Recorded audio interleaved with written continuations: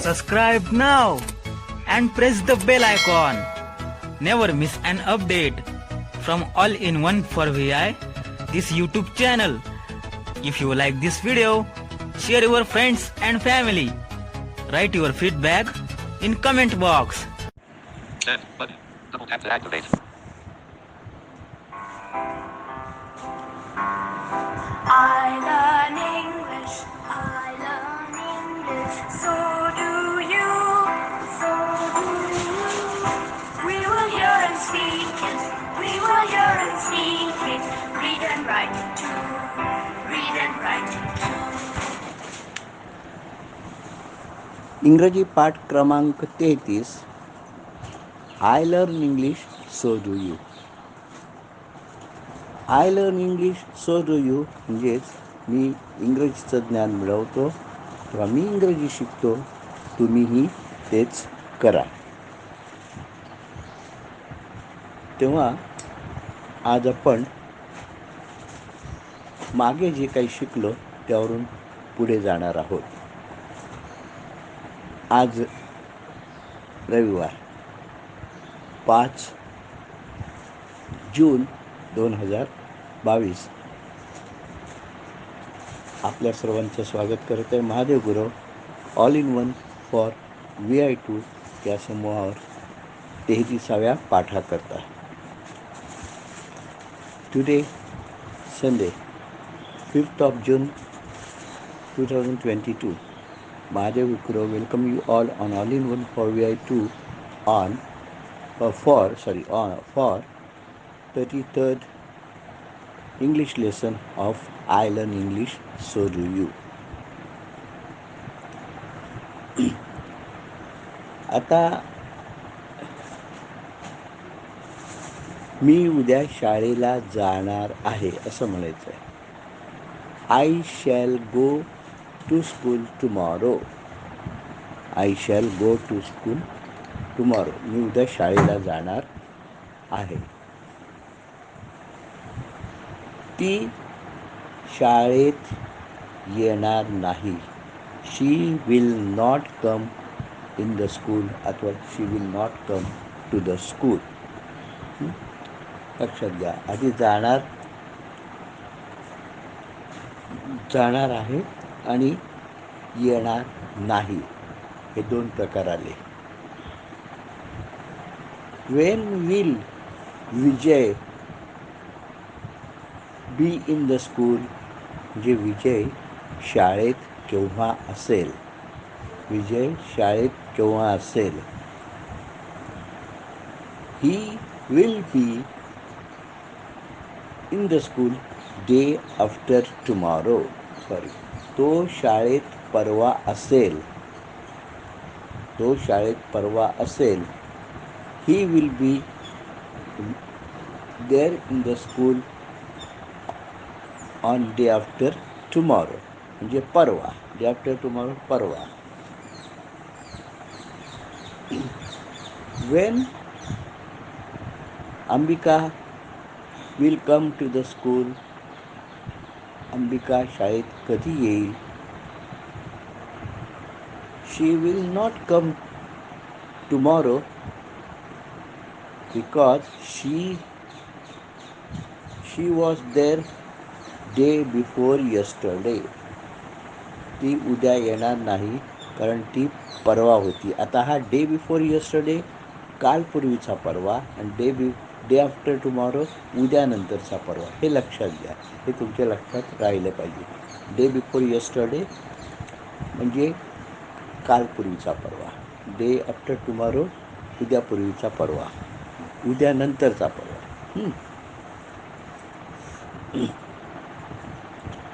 आता आम्ही सिनेमाला जाऊ.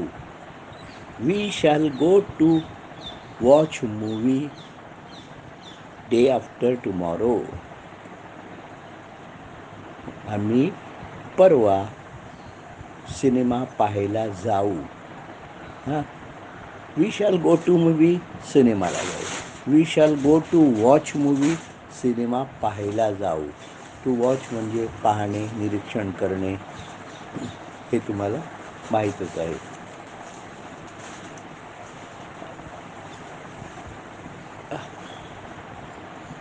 I will not come with you tomorrow, म्हणजे मी उद्या तुमच्याबरोबर येणार नाही. अथवा I shall not come with you tomorrow, अथवा मी उद्या तुमच्याबरोबर येणार नाही. Why will you not come tomorrow, म्हणजे तू उद्या का येणार नाहीस. Why will you not come tomorrow, तू उद्या का येणार नाहीस. आय शॅल बी, म्हणजे मी मुंबई बाहेर असेन. I shall be out of Mumbai, म्हणजे मी मुंबई बाहेर असेन. I shall be out of Mumbai. आता आय शॅल बी हा प्रथम पुरुष असल्यामुळे मी सांगितले वापरतात. विल वापरलं तरी चालेल, हरकत नाही. पण एक सर्वसाधारण नियम असा आहे व्याकरणाचा, प्रथम पुरुषी एकवचन असो अथवा अनेकवचन असो, शॅल वापरायचा. आणि विल हा कुणाहीसाठी केव्हा वापरता येतो, अर्थात प्रथम पुरुषालाही चालतो. अलीकडे पूर्वीचं तसं तेवढं स्ट्रिक्ट राहिलेलं नाही आहे, परंतु नियमाने असं आहे, हे तुम्हाला माहीत पाहिजे म्हणून मी त्या प्रकारची वाक्य घेतो.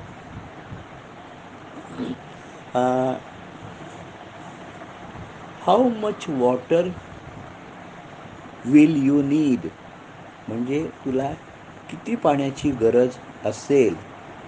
How much water will you need, किती पाण्याची. आता कसं आहे, पाणी हे द्रव्य पदार्थ असल्यामुळे त्याला हाऊ, आता असं ओरिजिनल मूळ हाऊ म्हटलं तर कसं, पण त्याला मच लागलं तर किती, MUCH मच, HOW हाऊ, आणि गॅप देऊन स्पेस देऊन MUCH मच, म्हणजे किती, त्याचा अर्थ मग इथे कसा न राहता किती असा अर्थ होतो. पण हे लिक्विड आहे, द्रव्य स्वरूपात, जे असं सहजासहजी मोजता येत नाही संख्येत, म्हणून मच. पण जेव्हा संख्येत मोजता येतं, उदाहरणार्थ how many glass of water will you drink, म्हणजे तू किती ग्लास पाणी पिणार आहेस. आता हे ग्लास मोजता येतात संख्येत, आणि म्हणून त्याला हाऊ मेनी, म्हणजे हाऊला मेनी लागणार, MANY. असं जसं हाऊचं कसं होतं सेपरेट, आणि मेनीचं इथे पुष्कळ होतं, MANY, मेनी म्हणजे पुष्कळ. पण हाऊ मेनी, जसं हाऊ मच एकत्र झाल्यावर किती, तसंच हाऊ मेनीचा पण अर्थ किती. तर किती ग्लास, पण संख्येत मोजता येत असेल तेव्हा मेनी, आणि संख्येत मोजता येत नसेल तेव्हा हाऊ मच म्हणजे किती. हा फरक आहे, तो तुमच्या लक्षात आला पाहिजे, आणि कायम हा लक्षात ठेवा, तुम्हाला त्याचा खूप उपयोग होईल. शॅल वी हॅव ब्रेकफास्ट, आता याचा अर्थ म्हणजे आपण नाश्ता घेऊया का. आपण नाश्ता घेऊया का, किंवा किंवा घेणार का असं म्हटलं तरी चालेल. आपण नाश्ता घेऊया का, शॅल वी हॅव ब्रेकफास्ट, किंवा आपण नाश्ता घेणार का. विल यू हॅव ब्रेकफास्ट, तू नाश्ता करशील का, तर नाश्ता घेणार का. No, I shall not have breakfast. आता इथे आय शॅल नॉट हॅव म्हणजे घेणे, पिणे, खाणे हे असं असल्यामुळे इथे हॅव शब्द आलेला आहे. आय शॅल नॉट हॅव म्हणजे मी नाश्ता घेणार नाही, किंवा मी नाश्ता करणार नाही. आलं का लक्षात. तेव्हा आणि प्रथम पुरुष असल्यामुळे शाल, अर्थात वर सांगितल्यावर विल वापरला तरी चालेल, पण शाल शक्यतो प्रथम पुरुषी आहे म्हणून लक्षात ठेवायचं, हे तुम्हाला माहीत पाहिजे. When will you take your food, म्हणजे तू तुझं इथे फूड म्हणजे अन्न असलं तर इथे जेवणाच्या स्वरूपात अर्थ घ्यायचा आहे. तर तू तुझं अन्न कधी घेशील, म्हणजेच जेवण कधी घेशील. When will you take your food, तू तुझं जेवण कधी घेशील म्हणजेच तू जेवण कधी करणार. I will have my food at 12 o'clock. म्हणजे मी माझं जेवण 12 वाजता घेईन किंवा मी 12 वाजता जेवीन. I will have my food at 12 o'clock. म्हणजे मी माझं जेवण किंवा मी 12 वाजता जेवेन. म्हणजे आता 12 o'clock म्हटले, 12 noon म्हटलं तरी चालेल. I will have my food at 12 noon. नून म्हणजे दुपार, NOON. जेव्हा 12 वाजतात तिथून नून सुरू होते म्हणून नून म्हटलं जातं, 12 noon. त्यानंतर हे पण होईल असं. हेच फूडच्या ऐवजी तुम्ही लंच वापरू शकता, डिनरसाठी पण असंच वाक्य करू शकता. म्हणजे ह्या गोष्टी सहजासहजी तुमच्या लक्षात आल्या पाहिजेत म्हणून मी हे जाणीवपूर्वक तुम्हाला ही वाक्य घेतो. अथवा Wien will do your homework. I will do my homework in the evening. म्हणजे मी माझा गृहपाठ, आधी होता Wien will you do your homework, म्हणजे तू तुझा गृहपाठ कधी करणार. मी माझा गृहपाठ सायंकाळी करेन. I will do my homework in the evening, म्हणजे मी माझा गृहपाठ संध्याकाळी करेन. अथवा I will finish my homework in the evening. अथवा I will complete my homework in the evening. तर कसं आहे, डू, कम्प्लीट, फिनिश या सगळ्यांचे अर्थ एकच आहेत, पण शब्द वेगवेगळा आहे आणि हे तुम्हाला माहीत पाहिजे आणि हे आलं पाहिजे आणि म्हणून मी त्याचा वापर करून तुम्हाला दाखवला. Wien will Vijay study the lessons. आता स्टडी द लेसन्स म्हणजे पाठ, अभ्यास वगैरे, आणि स्टडी म्हणजे अभ्यास करणे. तर तो त्याचा अभ्यास कधी करेल असा इथे अर्थ घ्यायचा. Wien will Vijay study the lesson, म्हणजे विजय अभ्यास कधी करेल. ही will study in the morning. तो सकाळी अभ्यास करेल. ही will study in the morning. तो सकाळी अभ्यास करेल. तो सकाळीच अभ्यास करेल असं म्हणायचं असेल तर he will study in the morning only. किंवा he will study in the noon only, म्हणजे तो दुपारीच अभ्यास करेल. ज्याचं असं म्हणायचं असेल तेव्हा ओनली, ONLY, तसा ओनलीचा अर्थ केवळ, फक्त असा होतो. आणि च म्हणजे I will talk to you only, मी केवळ तुझ्याशीच बोलेन. I will speak to her only, मी केवळ तिच्याशीच बोलेन. हे असं तुमच्या लक्षात आलं पाहिजे. स्टडी, नंतर फिनिश, डू, कम्प्लीट, हे लक्षात घ्या मी कशासाठी वापरलेलं आहे आणि कसं वापरलेलं आहे. नंतर what will Vijay do in the night, म्हणजे विजय रात्री काय करेल. विजय रात्री काय करेल. Vijay will watch movie in the night, म्हणजे विजय सिनेमा पाहिल, रात्रीत सिनेमा पाहिल. विजय रात्रीत सिनेमा पाहिल.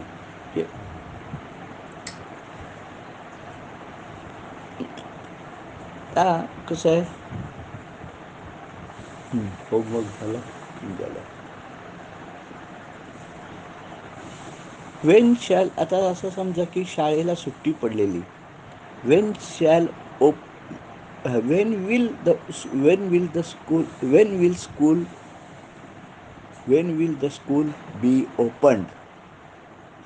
Wien will school open. When will school open म्हणजे शाळा कधी उघडेल, म्हणजे शाळा कधी सुरू होईल. सुट्टी पडलेली आहे ना.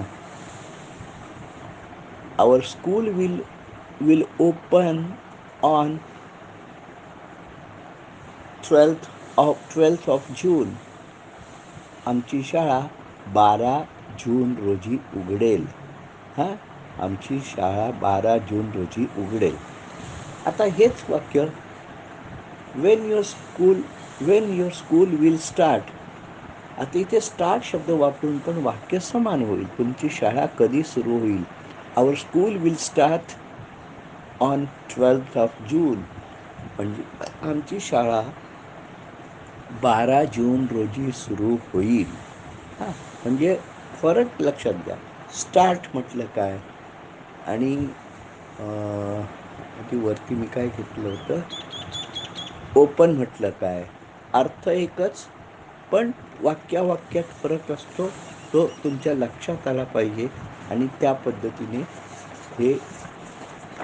ही वाक्य होतात.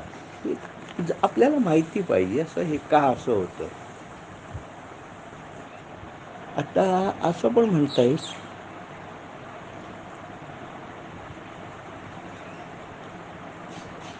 तुमचे हे होऊन गेलेले समजा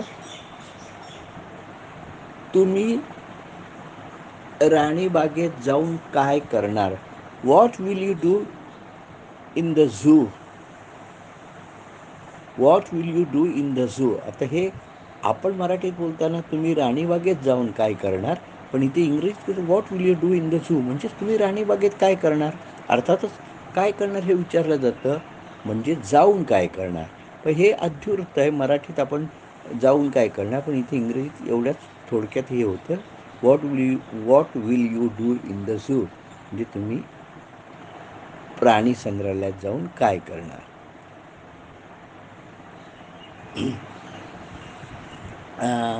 अच्छा. सो होप म्हणजे आशा करतो तुम्हाला हा पाठ क्लिअर झालेला आहे. Hope you have clear these lessons are very clear to you. म्हणजे हे पाठ तुम्हाला चांगल्या प्रकारे समजलेले आहेत. आता मी आता याच्या पुढील पाठ घेताना थोडं तुम्हाला आता इतर पण जनरल पाठ घेतल्यानंतर असं जनरल पण काही तुम्हाला सराव व्हावा म्हणून सांगत जाणार आहे आणि तुम्ही लक्ष द्यायचं आहे. अर्थात please bear in the mind म्हणजे लक्षात घ्या की तुम्ही हा पाठ कसा वाटला, काय वाटला याची प्रतिक्रिया कृपया द्या. भले तुम्हाला आज लगेच देता येत नाही, तुम्ही सावकाश जेव्हा ऐकाल तेव्हा द्या. म्हणजे प्रामुख्याने आवश्यक नाही तुम्ही याच वेळेस द्या, पण आमच्या इंग्रजी शब्दसंग्रह सत्रात देखील जे पाठ होतात इंग्रजीचे शनिवार रविवारी, मग त्या जोशी मॅडमचे असतात, इतके सुरेख पाठ असतात, उपयोगी पाठ असतात.